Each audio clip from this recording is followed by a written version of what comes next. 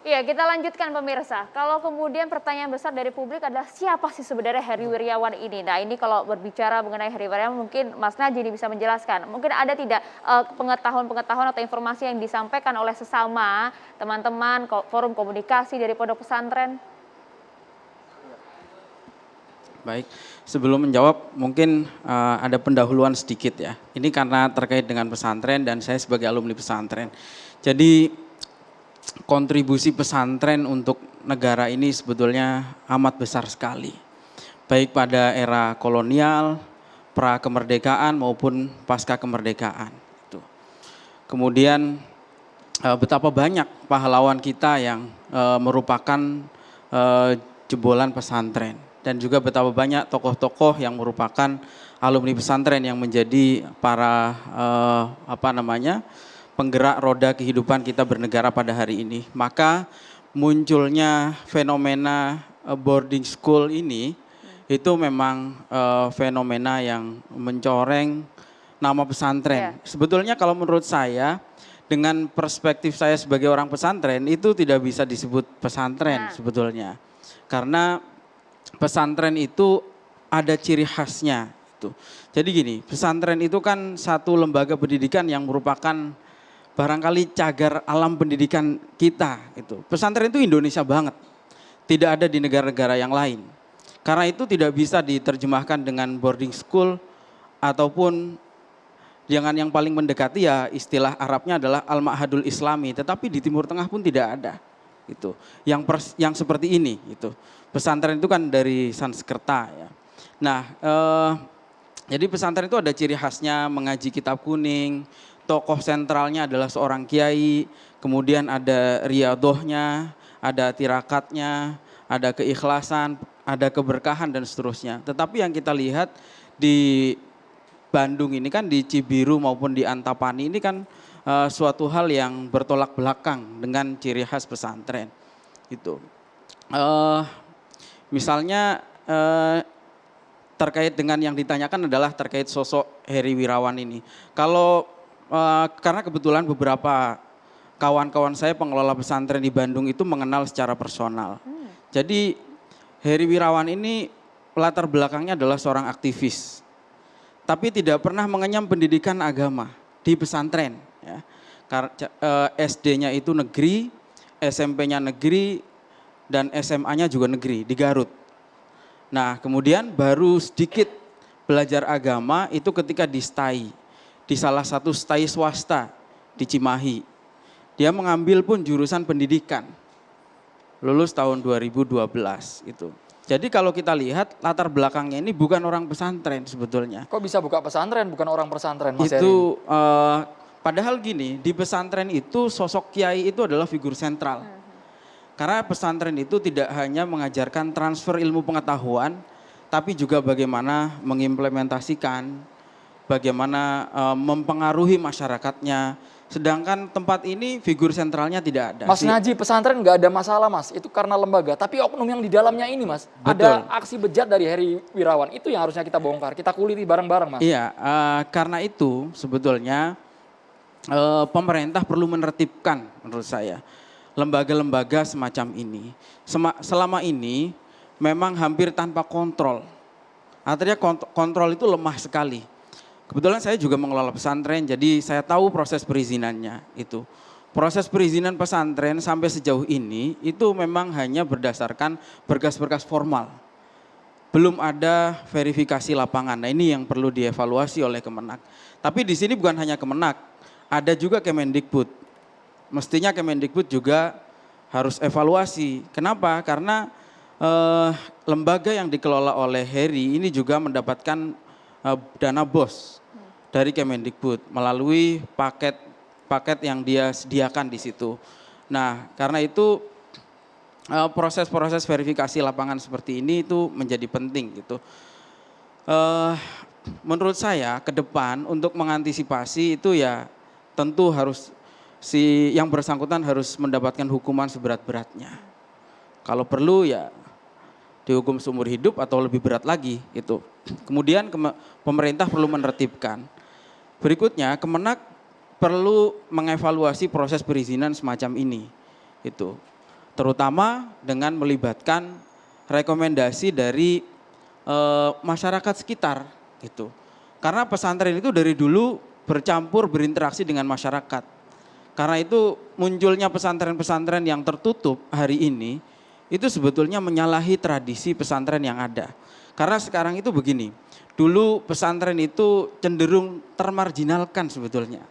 Sampai beberapa tahun terakhir pesantren itu mulai mendapatkan perhatian dari pemerintah. Konsekuensinya adalah tumbuhnya pesantren yang semakin pesat dari segi kuantitas, namun kualitasnya terus menurun. Gitu. Sekarang ini di Indonesia ada sekitar 27.000 pesantren dengan jumlah santri lebih dari 4 juta. Gitu. Nah, kalau perlu ada lisensi dari Ormas sebagai jaminan kepercayaan masyarakat. Misalnya dari Muhammadiyah untuk pesantren-pesantren Muhammadiyah, dari NU untuk pesantren-pesantren NU. Ini perlu dilakukan ya.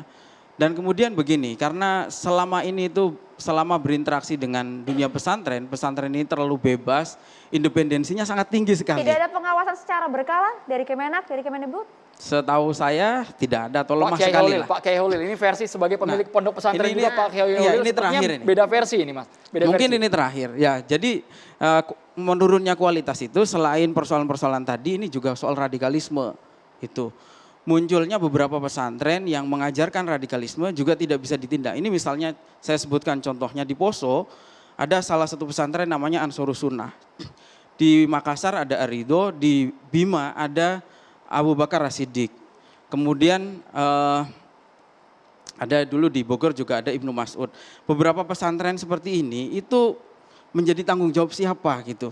Karena pesantren-pesantren semacam ini itu tidak berizin. Baik, Pak Kiai Kalau Holil, datang ke tanggapannya Pak Kemenak, Kiai Holil. Kemenak merasa tidak bertanggung jawab karena tidak ada izinnya. Datang ke Kemendikbud juga merasa itu wilayahnya Kemenak. Ini perlu Silakan, dipikirkan Pak Kiai. oleh pemerintah. Ya, sebenarnya pesantren itu ada 3 kategori dalam Undang-Undang Nomor 18 Tahun 2019. Ada kategori pesantren yang mengajarkan kitab kuning, ada kategori pesantren yang mengajarkan madrasah Islamiyah atau berkenaan dengan keilmuan keagamaan. Jadi keilmuan keagamaan itu dimaknai dengan adalah pola studi keagamaan. Tetapi tetap di situ ada kiai, ada musola atau masjid, ada tempat pendidikan, ada pengajaran. Nah, yang muncul sekarang ini kan pesantren tidak seperti awal ketika berdirinya. Ada kiai yang digugu, kemudian orang mengaji, kemudian orang mondok membangun sendiri. Sekarang kan sudah ada industrinya. Orang membangun pesantren, nyari kiai, nyari ustadz. Jadi antara kiai yang kuasa penuh tadi itu figur sentral, pada pola sekarang sudah berubah. Kiainya takut kepada pemodalnya. Seharusnya kiainya tidak takut kepada siapa-siapa kecuali kepada Allah. Itu sebenarnya kategori pendidikan pesantren yang dasar. Nah, sekarang ada saingan baru dengan rumah tahfidz. Rumah tahfidz itu masuk kemana? Kalau mengikuti undang-undang yang ada pada kita nomor 18 tahun 2019, di situ mengajarkan akhlak mulia. Maka teman-teman yang menolak bahwa HW ini bukan pesantren dari substansi undang-undang, iya. Tapi pada pelaksananya tadi ada tahfidz, ada pengajaran, agak sulit dibantah ya. Tetapi secara moral kita membantah itu bagian dari pesantren. Oke lah, saya pikir pesantren nggak ada masalah, memang ada varian-variannya. Karena saya ngelihat pemerintah belum sepenuhnya bisa memberikan fasilitas pendidikan kepada seluruh warganya yang layak. Karena banyak yang tidak mampu itu sehingga ditampung oleh swadaya kita. Bagaimana Yang dengan boarding school? Bedanya dengan pesantren? Boarding school itu kan bahasa Inggris ya. Untuk memberikan penjelasan bagi orang yang nggak ngerti bahasa Indonesia. Tapi tidak bisa dijelaskan dengan menggunakan boarding school ya. Yang menjadi masalah sebenarnya bukan pesantrennya, ini nggak ada masalah. Yang menjadi masalah adalah kejahatan seksual. Jadi biar tidak bergeser isunya menjadi pesantren ada masalah, menjadi pesantren yang diawasi. Sekarang bisa nggak menciptakan regulasi dimanapun berada yang bisa menyelamatkan kita dari pelecehan dan dari kejahatan seksual. Saya lebih daripada soal kekerasan ya, karena memang secara ideologi kekerasan seksual dengan kejahatan itu berbeda ideologinya. Ini soal-soal ideologi berkenaan dengan pengusung gagasan ini. Oleh karena itu menurut saya, kalau sama-sama mau dibuka oleh media, sama-sama mau dibongkar, ini kan di lembaga pendidikan. Lembaga lain saya yakin akan lebih banyak. Iya. tidak kalah pentingnya, cuman sekarang ini akhir-akhir ini seminggu berturut-turut ini soal di dunia pendidikan dan lebih miris lagi adalah di tempat-tempat di mana itu mengajarkan moral, adalah di mana mengajarkan agama ini. Nah, mari kita sebenarnya pemerintah dan kita semua bersama-sama, pertama adalah gimana bisa menyelamatkan anak bangsa ini dari kejahatan seksual, khususnya kepada anak-anak kita.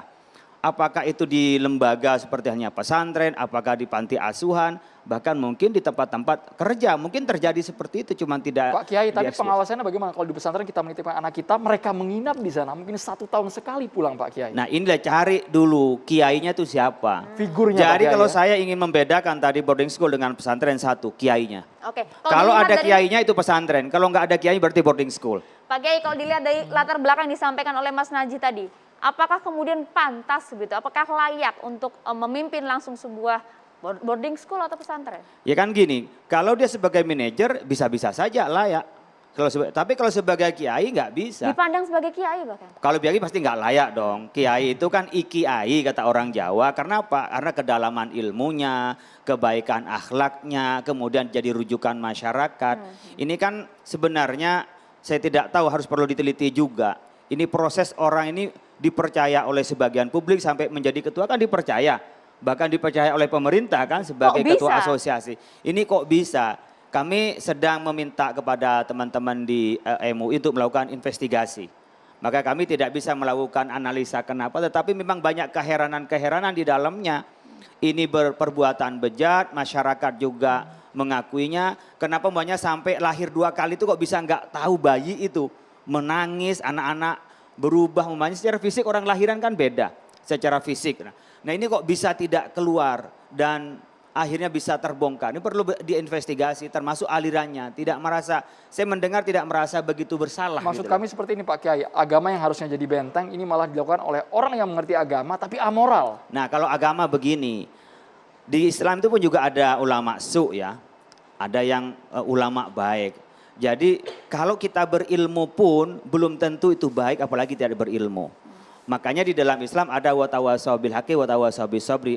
Kita saling menasihati yang baik dengan yang hak. Nah, dalam bentuk regulasi itu pengawasan namanya. Kalau ulama itu ceramah.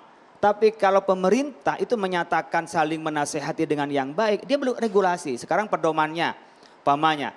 Saya nggak tahu juga kalau di Kemendikbud kok bisa lolos di depan bos ya, sementara ini tidak jelas. Saya punya pesantren itu sulit sekali untuk kita mengakses itu sampai punya data yang sifatnya online.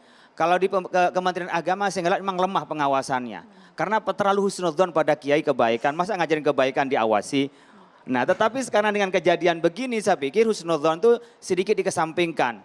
Kita masuk kepada regulasi saja. Bisa bikin pedoman berkala seperti apa dengan anak-anak termasuk berkenaan dengan kualitas mutunya. Nah di Undang-Undang Pesantren itu ada namanya Majelis Masyayikh, ada Dewan Masyayikh. Itu semua berkenaan dengan manajemen mutu.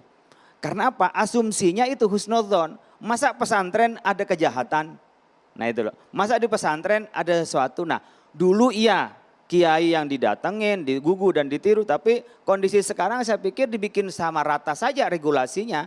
Bagaimana manajemen mutu juga tidak kalah pentingnya dengan manajemen pengelolaannya. Dan juga menjaga kemungkinan-kemungkinan tadi adalah kejahatan seksual. Begitu juga tidak hanya pesantren, ini semuanya harus kita adil. Tetapi sekarang sedang menjadi pemberitaan dan ini tak turun-turun nih beritanya selama seminggu ya. Harus kita membedakan pesantren nggak ada salahnya, yang dikelola tidak ada yang salah. Tapi ada orang yang jahat, yang bobrok, yang bejat itu bertameng dengan lembaga yang namanya boarding yang tak bisa dipisahkan orang jemput pesantren-pesantren. Kita tolak bukan pesantren, baik moralnya, baik pengelolaannya itu sebut tidak bukan pesantren. Tetapi ya bagaimanapun orang menganggapnya orang berasrama kok yang diajarkan hafalan, maka kita nggak bisa nolak dari kata pesantren. Tapi kita ingin menyatakan, ayo kita stressing bagaimana menyelamatkan anak bangsa ini dari kebejatan moral itu. Ya, setuju sekali ya Pak Kiai Khalil. Jadi dari peristiwa-peristiwa ini saya ingin kita semua ingin introspeksi dan minta kepada terutama Majelis Ulama Indonesia ini harus menurunkan tim ya. Tim investigasi yang independen untuk menelusuri dan membuka seluas-luasnya secara transparan kasus yang terjadi di tiga lembaga tadi yang disebutkan dalam satu naungan yayasan ini. Termasuk juga motif-motif, kalau ada motif-motif paham keagamaannya. Ya, sebab ini satu hal yang sangat aneh sekali, kalau memang tidak ada sama sekali pengaduan dari para korban, apa yang diajarkannya, apa yang berlaku di situ, itu nggak jelas sampai Ustaz sekarang. Fahmi, singkat saja, perlu atau tidak Menak akan melakukan investigasi ke seluruh pesantren? Perlu atau tidak? Ya, saya pikir harus bijak ya. Kalaupun Menak ingin melakukan investigasi, kita harus melihat ini secara komprehensif. Jangan hanya pesantren. Jadi semua jenis pesantren kan ada banyak. Ya, terutama yang tadi dikatakan yang tidak berizin atau yang nggak jelas statusnya. Tapi juga bukan hanya kepada lembaga-lembaga pendidikan Islam, yang non Islam pun juga harus sama. Biar Tidak adil. perlu investigasi Gitu. kepada seluruh Tidak pesantren. Nanti yang baik-baik semua diinvestigasi. Cukup ini diinvestigasi, lalu dibikinkan regulasinya, pedomannya. Nanti malah cuma menimbulkan masalah semua diinvestigasi. Apalagi pesantren-pesantren yang tua diinvestigasi itu menimbulkan kegaduhan saja Betul, sebenarnya. kegaduhan Perlu atau baru tidak? itu. Istilahnya Singkat. saja menurut saya. Kemenak itu perlu menyapa pesantren, itu saja menurut saya. Mbak Mari, Oke, baik. singkat saja. Saya kira investigasi mungkin terdengar menyeramkan dan intimidatif ya. Yang kami rekomendasikan adalah pengawasan Oke. dan pendampingan. Pengawasan dan pendampingan Betul. bagi seluruh pesantren maupun lembaga pendidikan lainnya. Catatan Demokrasi kembali saat lagi.